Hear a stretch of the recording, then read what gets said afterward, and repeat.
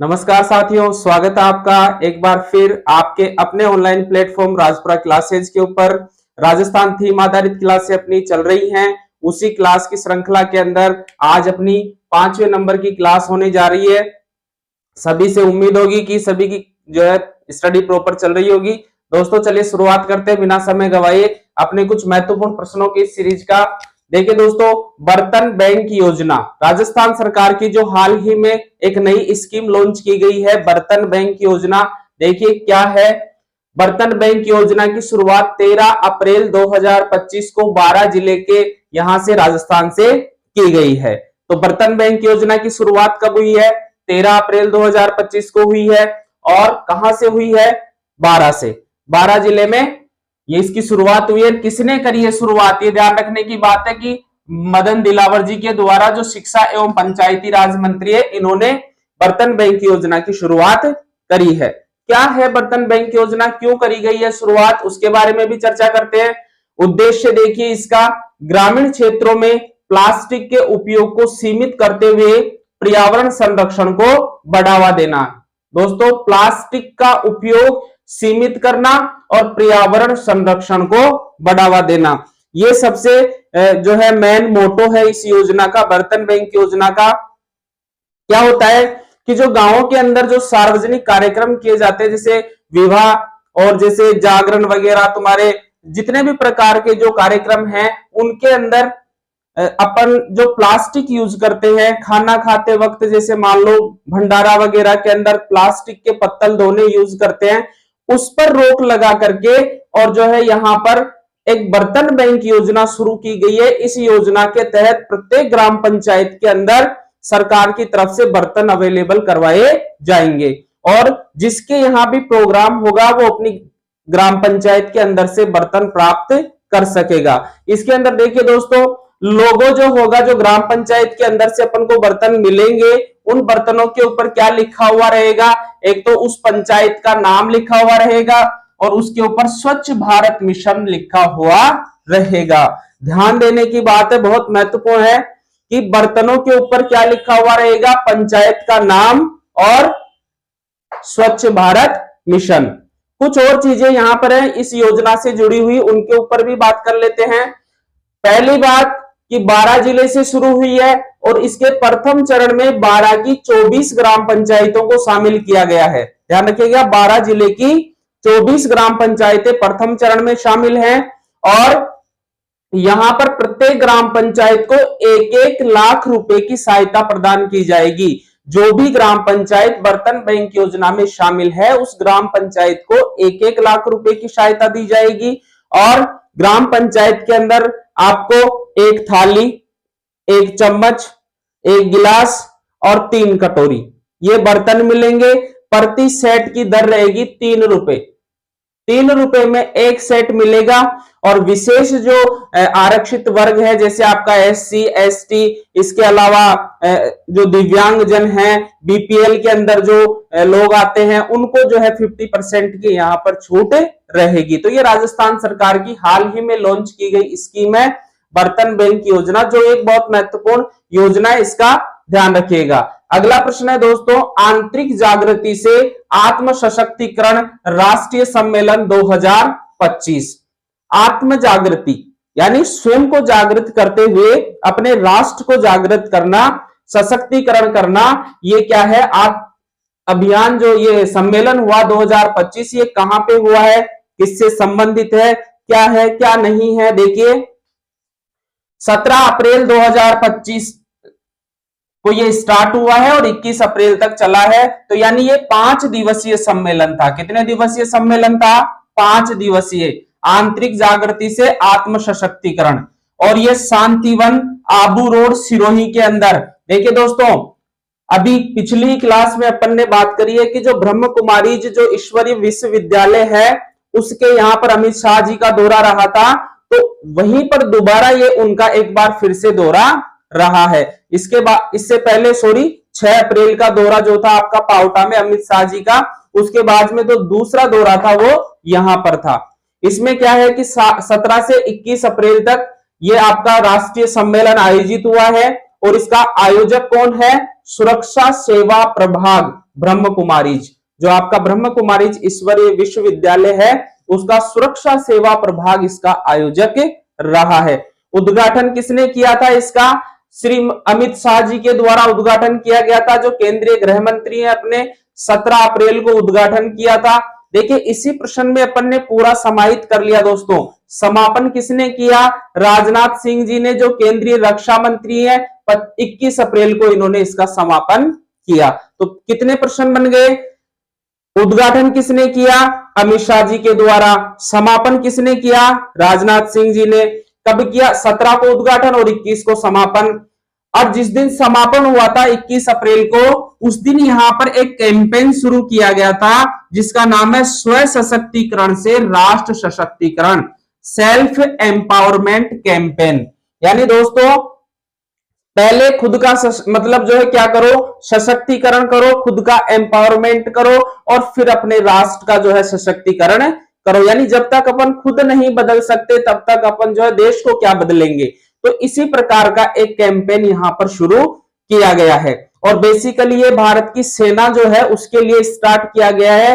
भारतीय सेना के जो रिटायरमेंट पर्सन है और जो एट प्रेजेंट सर्विस में जो जवान है, उनके शारीरिक जो है विकास के साथ साथ उनका मानसिक और आध्यात्मिक विकास को जो है ध्यान में रखने के लिए, उनको जो है सुदृढ़ करने के लिए यह कैंपेन स्टार्ट किया गया है। बहुत महत्वपूर्ण है दोस्तों। अगला चलिए, 1.3 गीगावाट पीक के सौर ऊर्जा संयंत्र का उद्घाटन। कितना? 1.3 गीगावाट पीक सौर ऊर्जा। यह भी विशेष रूप से ध्यान रखना, कौन सी ऊर्जा? सौर ऊर्जा। ठीक है दोस्तों, इसका उद्घाटन किया गया है यहां पर। कहां पे किया गया है? भिनाजपुरा, पोखरण, जैसलमेर में। कब किया गया है? 17 अप्रैल 2025 को। भिनाजपुरा गांव का नाम याद रखना बहुत जरूरी है, पोखरण जैसलमेर के अंदर। उद्घाटन किसने किया? प्रहलाद जोशी के द्वारा, केंद्रीय नवीन एवं नवीकरण मंत्री। यहां पे ध्यान रखिएगा, इस उद्घाटन समारोह के दौरान अपने मुख्यमंत्री भजनलाल जी शर्मा की भी उपस्थित थे। सीएम शर्मा भी यहाँ पे उपस्थित थे। इनकी मौजूदगी में उद्घाटन श्री प्रहलाद जोशी के द्वारा किया गया था। प्रश्न पूछ सकता है उद्घाटन किसने किया? ऑप्शन में आ जाएगा पहले मुख्यमंत्री भजनलाल शर्मा और दूसरा ऑप्शन आएगा प्रहलाद जोशी। तो अपन को ध्यान में रखना है। ये कंपनी कौन सी? रेन्यू। यहां पे ये सबसे महत्वपूर्ण प्रश्न एक और बनता है दोस्तों कि ये 100% मेक इन इंडिया है। यानी आपका जो ये 1.3 गीगावाट पीक का जो सौर ऊर्जा संयंत्र है, ये देश का पहला ऐसा प्लांट है जो पूरा 100% मेक इन इंडिया है। यानी इसका हर प्रकार का मैन्युफैक्चरिंग कहां किया गया है? भारत के अंदर। और अगर अपन इसको मेक इन राजस्थान बोल दे तो भी कोई अतिशयोक्ति नहीं होगी, क्योंकि इसका 90% जो मैन्युफैक्चर है वो आपके जयपुर सेज के अंदर किया गया है। तो ये ध्यान रखिएगा दोस्तों। और हाँ, एक और प्रश्न यहाँ पे देखिए, कभी कभी क्या होता है इनकी मात्राओं से प्रश्न अपन को गड़बड़ करवा देता है। 1.3 गीगावाट है, अगर इसकी जगह ये लिख दे 975 मेगावाट।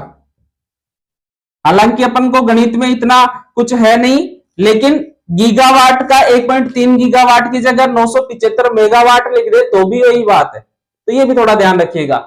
अगला है ग्रीन एनर्जी कॉरिडोर। अभी हाल ही की जो प्रश्न बन रहे हैं उनमें सबसे अच्छा और महत्वपूर्ण प्रश्न है ग्रीन एनर्जी कॉरिडोर। दोस्तों इसका उद्देश्य क्या है? देखिए, कॉरिडोर शब्द के ऊपर अपन ने पहले भी बात करी थी कि इस प्रकार का रास्ता या गलियारा जहां से आना और जाना सुगम हो सके। तो ये किसके लिए?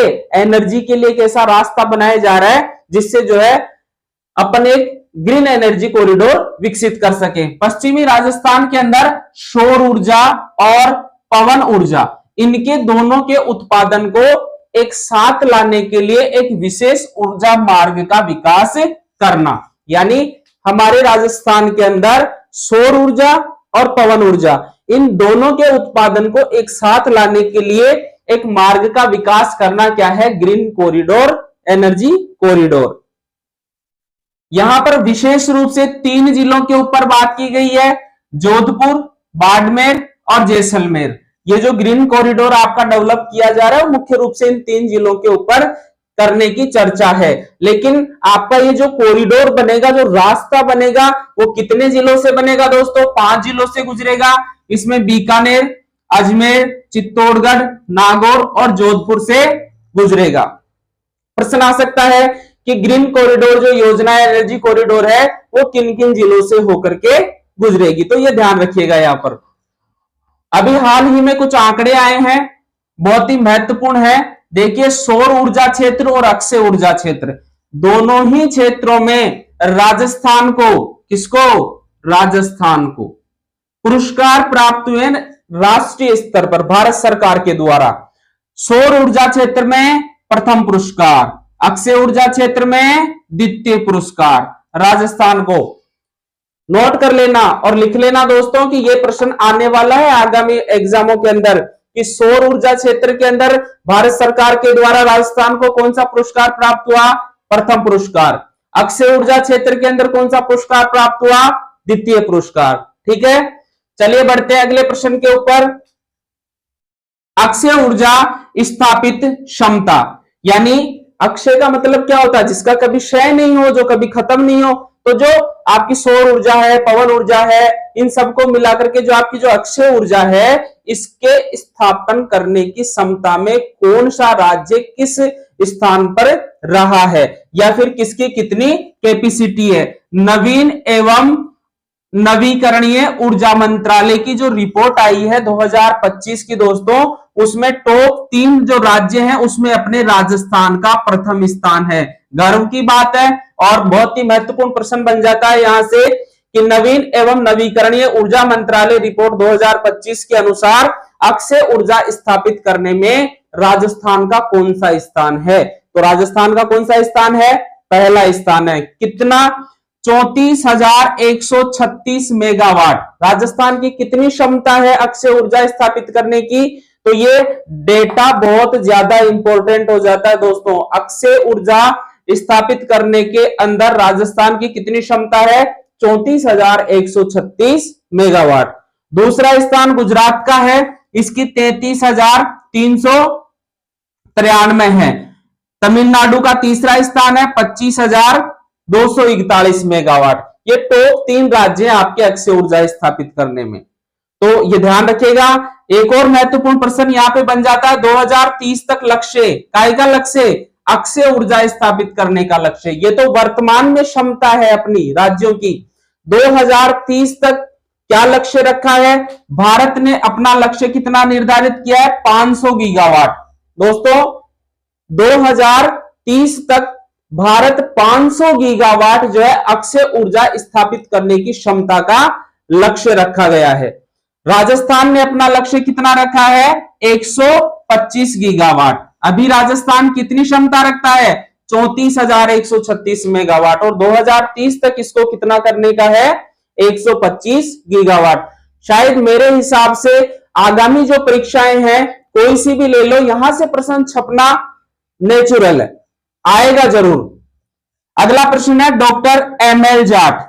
ये एक राजस्थान की शख्सियत है जो हाल ही में अप्रैल महीने के अंदर चर्चा का विषय रही है। इनका नाम चर्चा में रहा है दोस्तों। भारतीय कृषि एवं अनुसंधान परिषद का नया जो अध्यक्ष बनाया गया है वो डॉक्टर एमएल जाट को बनाया गया है। ऐसे भी प्रश्न आ सकता है कि भारतीय कृषि एवं अनुसंधान परिषद का नया अध्यक्ष किसको बनाया गया है? डॉक्टर एमएल जाट को।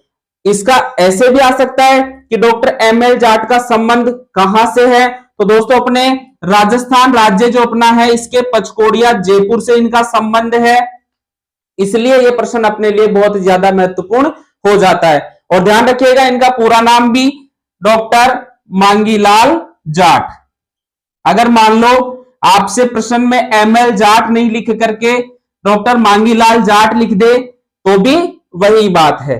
तो ये राजस्थान थीम आधारित अपने प्रश्नों की श्रृंखला के अंदर वो प्रश्न है दोस्तों जो आगामी परीक्षाओं के अंदर रामबाण का काम करने वाले हैं। तो लीजिए स्क्रीनशॉट, करते हैं चर्चा फिर आगे।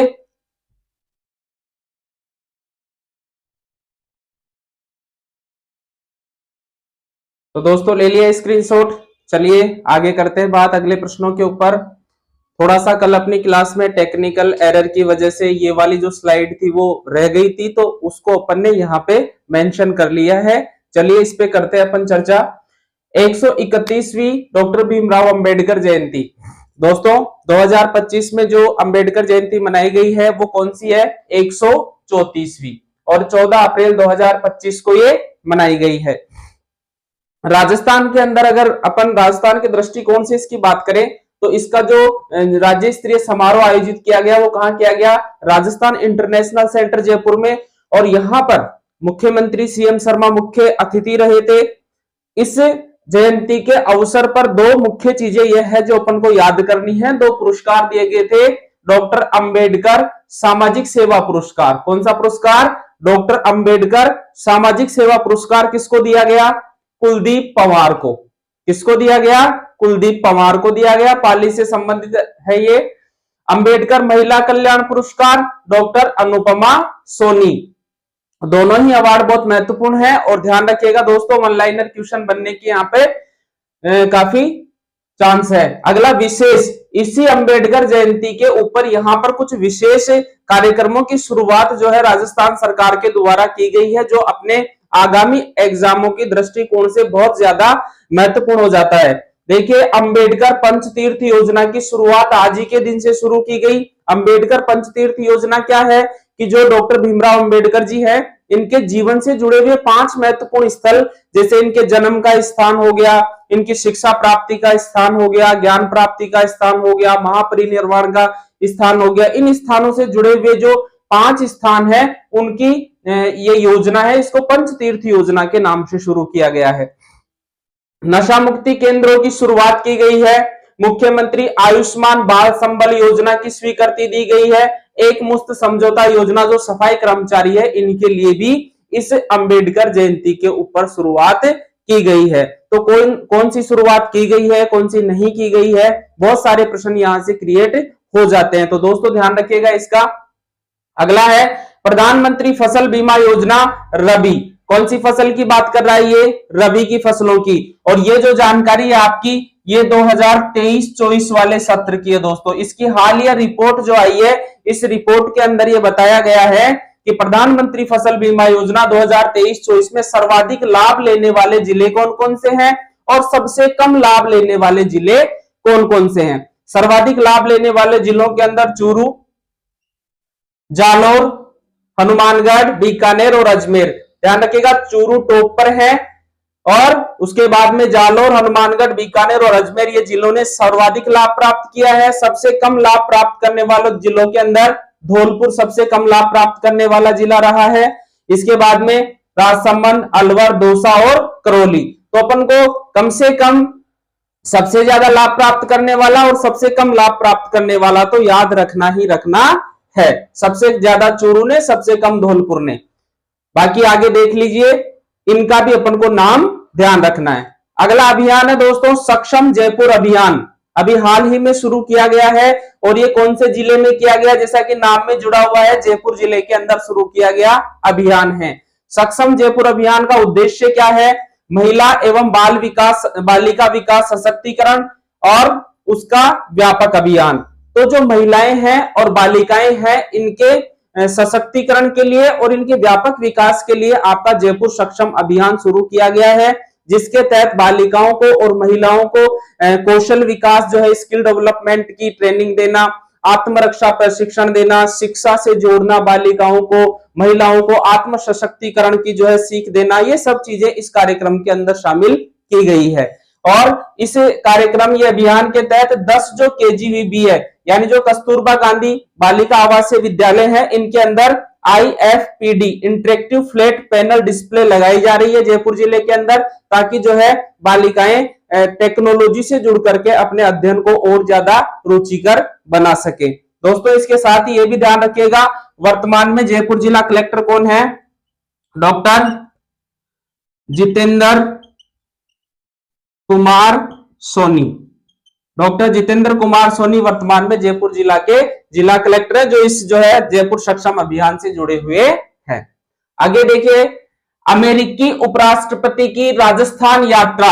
दोस्तों अभी हाल ही में अमेरिका के उपराष्ट्रपति भारत की यात्रा पर आए हैं, लेकिन हमारे लिए ये यात्रा महत्वपूर्ण क्यों हो जाती है कि जो ये यात्रा अमेरिकी राष्ट्रपति की थी, ये भारत कम राजस्थान ज्यादा रही है। यानी इन्होंने अपने 4 दिवसीय दौरे में से अपना ज्यादातर वक्त कहां बिताया है? राजस्थान में। इसलिए इस प्रश्न को अपन ने राजस्थान की जीके के अंदर शामिल किया है।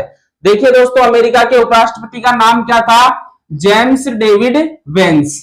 कौन थे जो अभी यात्रा पर आए थे? James David Vance. पत्नी का नाम उषा और अपने बच्चों के साथ ये यात्रा पर आए हैं। आमेर के किले का इन्होंने भ्रमण किया और राजस्थान इंटरनेशनल सेंटर से इन्होंने अपना संबोधन भी दिया। यात्रा पे कब से कब तक रहे? 21 अप्रैल से 24 अप्रैल 2025 तक ये राजस्थान की या भारत की यात्रा पर रहे। 4 दिवसीय यात्रा थी। राजस्थान के अलावा दोस्तों इन्होंने आगरा के ताजमहल का भी भ्रमण किया और दिल्ली में पीएम हाउस में प्रधानमंत्री नरेंद्र मोदी से भी मुलाकात की। अपने आमेर में इनकी यात्रा का जो स्वागत किया वो किसने किया? सीएम शर्मा के द्वारा किया गया। तो ये अपने राजस्थान से जुड़ा हुआ एक प्रश्न है दोस्तों, और इस यात्रा को प्रभावित किया अभी हाल ही में जो अपने जम्मू कश्मीर में पहलगाम अटैक हुआ था वो इस यात्रा के दौरान हुआ था, तो इससे इनकी यात्रा भी प्रभावित हुई। अगला है प्रधानमंत्री फसल बीमा योजना का 12वां राष्ट्रीय सम्मेलन 2025। प्रधानमंत्री फसल बीमा योजना का 12वां राष्ट्रीय जो सम्मेलन हुआ 2025। अब इसका राजस्थान से क्या संबंध है भाई? राजस्थान के करंट अफेयर्स से दोस्तों इसका आयोजन जो हुआ वो 18 से 19 अप्रैल 2025 को तिरुवनंतपुरम केरल में हुआ। अगर इंडिया के करंट से देखें तो भी प्रश्न महत्वपूर्ण है और राजस्थान के लिहाज से देखें तो भी प्रश्न अपने आप में महत्वपूर्ण बन जाता है। कैसे बन जाता है? राजस्थान के जो हनुमानगढ़ जिला है, इनके जिला कलेक्टर श्री कानाराम इस सम्मेलन के अंदर सम्मानित हुए हैं। इसलिए आपका ये प्रश्न अपने राजस्थान के करंट अफेयर्स के दृष्टिकोण से महत्वपूर्ण है। देखिए दोस्तों, ये जो फसल बीमा योजना का जो 12वां राष्ट्रीय सम्मेलन है हुआ तो तिरुवनंतपुरम केरल के अंदर है, लेकिन जो फसल कटाई कार्यक्रम है या जो फसल कटाई प्रोग्राम है इसके अंदर नवाचारों को अपनाया गया है और राजस्थान का जो हनुमानगढ़ जिला है ये देश के टॉप 3 जिलों में शामिल है। कितने जिलों में? 3 जिलों में शामिल है, तीसरा स्थान रखता है। तो हनुमानगढ़ जिला कलेक्टर कानाराम जी को यहाँ पे सम्मानित किया गया है, इसलिए ये प्रश्न अपने राजस्थान के दृष्टिकोण से महत्वपूर्ण है और साथ ही साथ हनुमानगढ़ मॉडल को पूरे राजस्थान में भी लागू किया गया है। अगला प्रश्न है अंतरराष्ट्रीय युवा सम्मेलन 2025। देखिए दोस्तों, अंतरराष्ट्रीय युवा सम्मेलन 2025 कहां पर हुआ? यगांग सिक्किम के अंदर। इसका उद्देश्य क्या है? पर्यटन विकास को बढ़ावा देना। यगांग सिक्किम में हुआ। अपन ने राजस्थान की करंट में क्यों शामिल किया? अपने राजस्थान से इस सम्मेलन में 9 सदस्य दल गया। कितने सदस्य गए? 9। और उसका नेतृत्व किसने किया था? बूंदी जिले के शिखर पंचोली ने। तो अंतरराष्ट्रीय युवा सम्मेलन 2025 के अंदर राजस्थान का 9 सदस्यीय दल गया था, उसका नेतृत्व किसने किया? शिखर पंचोली ने। ठीक है दोस्तों, आगे बढ़िए। 610वीं धन्ना भगत जयंती 2025। इस बार जो अपने धन्ना भगत जयंती वो कितने नंबर की? 610वीं, 21 अप्रैल 2025 को। महत्वपूर्ण क्यों है? क्योंकि इसका जो कार्यक्रम हुआ उसमें मुख्य अतिथि कौन रहे थे? भजन लाल जी शर्मा रहे थे और ये कार्यक्रम नोखा नाड़ी चोरू गांव फागी जयपुर के अंदर आयोजित हुआ था। तो दोस्तों ये राजस्थान थीम आधारित अपनी प्रश्नों की जो श्रृंखला चल रही है, इसमें जैसा कि अपन को मैं बार बार बता चुका हूं कि प्रश्नों का जो सिलेक्शन है वो इतना शानदार है, इतना महत्वपूर्ण है कि फालतू की चीजें पढ़ने के बजाय अपन उन चीजों के ऊपर ध्यान दें जो परीक्षा में आने के दृष्टिकोण से बहुत ज्यादा इंपॉर्टेंट है।